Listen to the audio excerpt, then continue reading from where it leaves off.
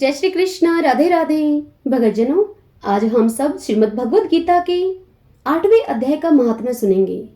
सर्वप्रथम भगवान का स्मरण करते हुए सब बोलिए, ओम श्री राधा कृष्णाभ्याम नमो नमः। श्री लक्ष्मी नारायण भगवान की जय। भगवान शंकर माता पार्वती की जय। यह कथा आप सब पद्म पुराण से सुन रहे हैं। भगवान शंकर देवी पार्वती से कहते हैं, हे देवी, अब तुम 8वें अध्याय का महात्म्य सुनो। उसके सुनने मात्र से तुम्हें बड़ी प्रसन्नता होगी। लक्ष्मी जी के पूछने पर भगवान विष्णु ने उन्हें इस प्रकार 8वें अध्याय का महात्म्य बतलाया था। दक्षिण में आमर्दकपुर नामक एक प्रसिद्ध नगर है। वहां भाव शर्मा नामक एक ब्राह्मण रहता था, जिसने एक वैश्या को पत्नी बनाकर रखा था। वह मांस खाता, मदिरा पीता, साधुओं का धन चुराता, पराई स्त्री से व्यभिचार करता और शिकार खेलने में दिलचस्पी रखता था। वह बड़े भयानक स्वभाव का था और मन में बड़े बड़े हौसले रखता था। एक दिन मदिरा पीने वालों का एक समाज जुटा था। उसमें भाव शर्मा ने पेट भरकर ताड़ी पी, खूब गले तक उसे चढ़ाया। अतः अजीर्ण से अत्यंत पीड़ित होकर वह पापात्मा कालवश मर गया और बहुत बड़ा ताड़ का वृक्ष हुआ। उसकी घनी और ठंडी छाया का आश्रय लेकर ब्रह्म राक्षस भाव को प्राप्त हुए कोई पति पत्नी वहां रहा करते थे। उनके पूर्व जन्म की घटना इस प्रकार से है। एक कुशीबल नामक ब्राह्मण था, जो वेद वेदांग के तत्वों का ज्ञाता, संपूर्ण शास्त्रों के अर्थक का विशेषज्ञ और सदाचारी था। उसकी स्त्री का नाम था कुमति। वह बड़े खोटे विचारों की थी।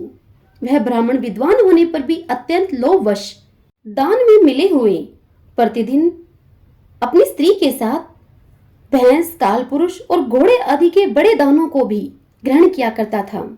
परंतु दूसरे ब्राह्मणों को वह दान में मिली हुई एक कौड़ी भी नहीं देता था।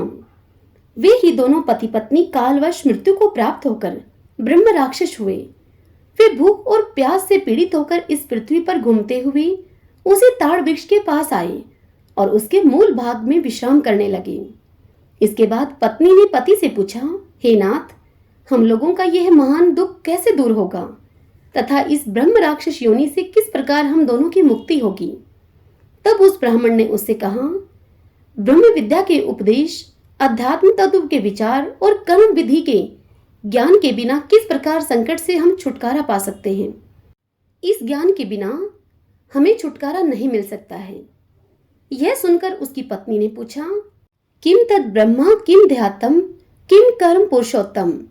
वह ब्रह्मा क्या है, अध्यात्म क्या है और कर्म कौन सा है।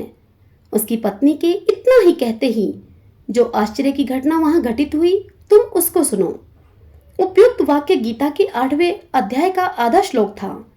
उसके श्रवण से वह वृक्ष उस समय ताड़ के रूप को त्याग कर भाव शर्मा नामक ब्राह्मण हो गया।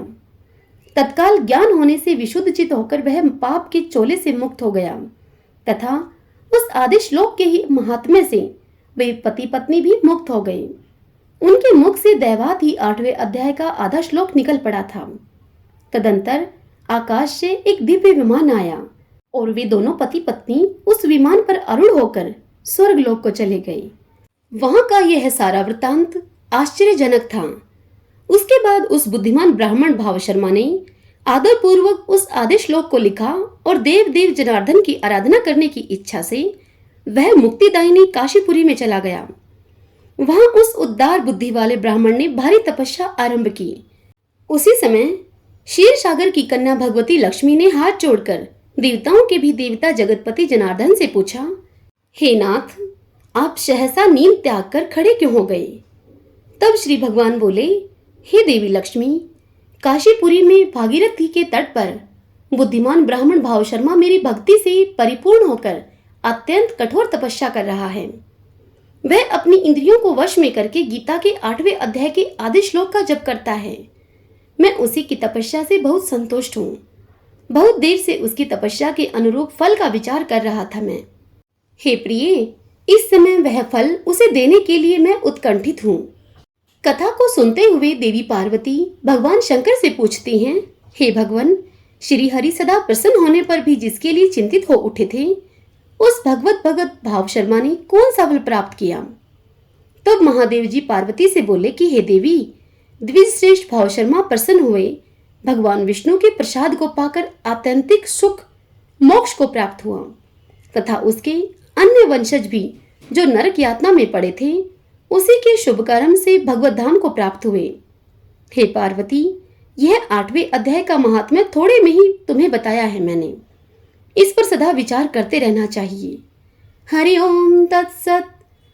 ओम श्री राधा कृष्णाभ्याम नमो नमः। लक्ष्मी नारायण भगवान की जय। भगवान शंकर माता पार्वती की जय। यदि कथा आपको पसंद आई हो तो इस वीडियो को लाइक करें और अन्यों के साथ शेयर करके आप पुण्य कमाएं और कमेंट बॉक्स में जय श्री कृष्णा राधे राधे लिखें।